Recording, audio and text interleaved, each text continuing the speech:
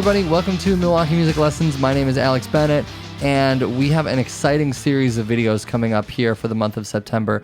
The month of September is completely dedicated towards harmony, and so as a result, I'm going to come up with a series of videos here where we are going to start from the very beginning as if you knew nothing about how harmony works, and we are going to work our way eventually here into scales and chords, and maybe even get to a little bit of analysis if we've got time to get into it before the month is over. So this is great. Like, if you've never done anything involving harmony or any sort of music theory at all, this is a fantastic time to start tuning in.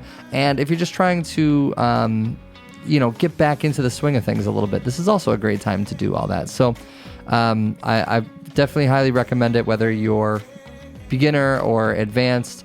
There should be something in here for you to work on a little bit. So today's topic is to cover the very beginnings, right? Before we can write poetry, before we can read, we need to be able to give out our ABCs, and that is what we're going to cover today. We are going to cover the very beginning, what's known as the chromatic scale.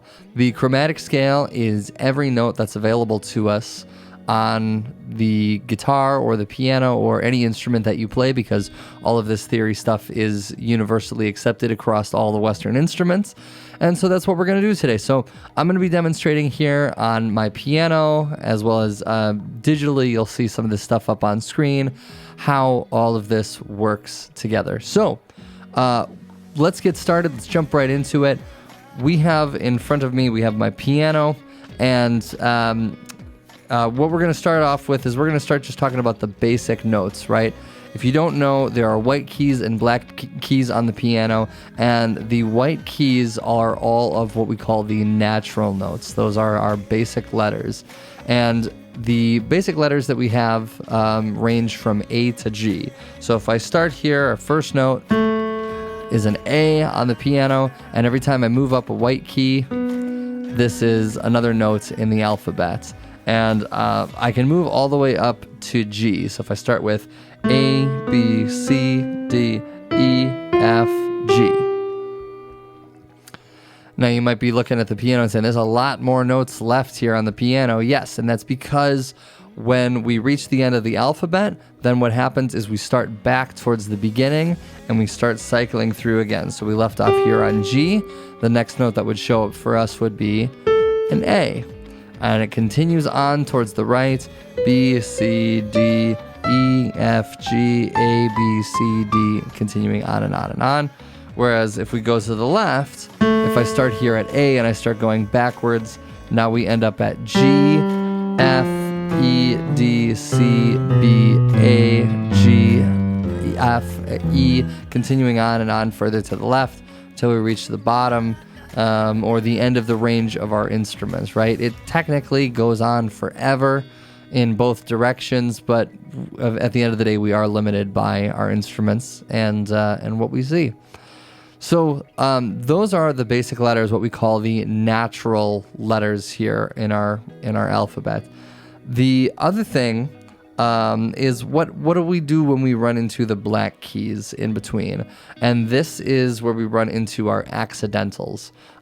These are the sharps and the flats that you may have seen, and they account for 5 of the 12 notes that we will eventually have. So in total, at the beginning, we started with 7 notes, A, B, C, D, E, F, G. But then we also have the black keys that exist in between there, and you'll notice that on the piano they come in groups of 3s and 2s. It's always 1, 2, 3, and then 1, 2, 1, 2, 3, 1, 2. And that's because every 5 of these, that's where our pattern is repeating again, right?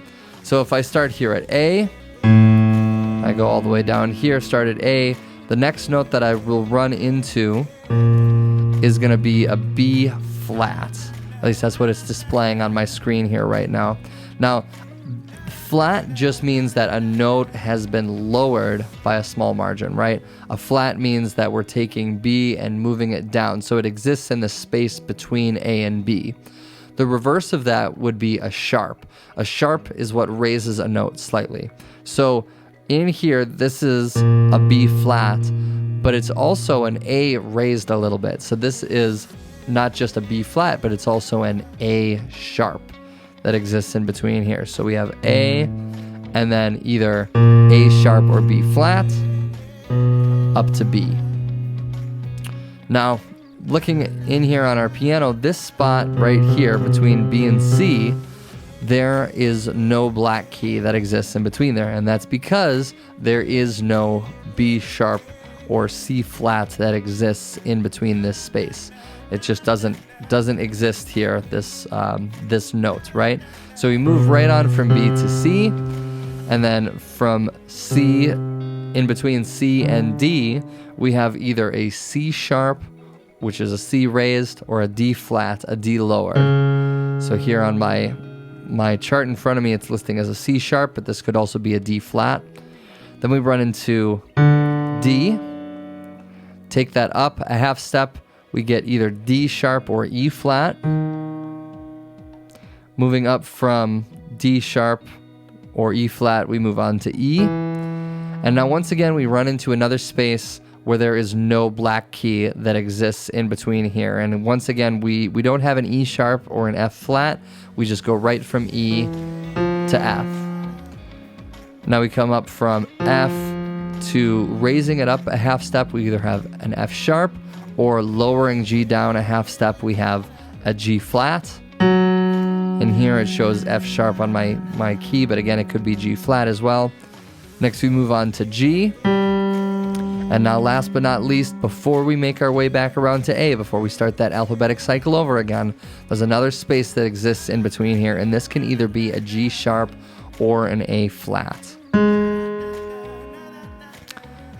And there you have it. There are all of the notes. So again, starting from the bottom, we start at A sharp, B flat, B, C, C sharp, D flat, D, D sharp, E flat, E, F, F sharp, G flat, G, G sharp, A flat, and finally back to A. And that is one go around all the way through the chromatic scale that we have. Again, that's just a fancy term for every note that we have possibly available to us. So we have 7 natural notes, and we have 5 accidentals. Those are our sharps and flats that exist in between.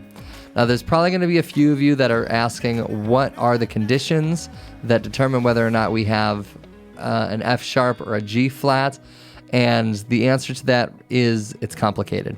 There are different scenarios where you would choose to use a sharp versus a flat, and we will get into some of that as we continue on through the through this series here. But in the meantime, what I would recommend is that you practice both sharps and flats. So maybe you do one walkthrough where you're doing only sharps. So you'll go A sharp, B, C, C sharp, D. And then maybe the next time you do it, you practice using only flats. So A, B flat, B, C, D flat, D, etc. Moving up the scale, just like that. But anyways, that is going to do it for today's lesson. That is all of the notes in the musical alphabet, going from A up through another A again. Yeah, this is what you want to get working on. This is what you want to get practicing. Okay, this is the foundation for everything. And in order to be able to do some of the stuff that we're going to do later when we start getting into scales and chords and things of that nature, you're really going to want to have this down so that way you've got it relatively memorized. So, okay, that will do it for today's session. Appreciate you guys tuning in. Stick in for the next one. We're going to start to cover intervals and the distances between notes. Until then, my name is Alex Bennett, and I will see you guys in the next video.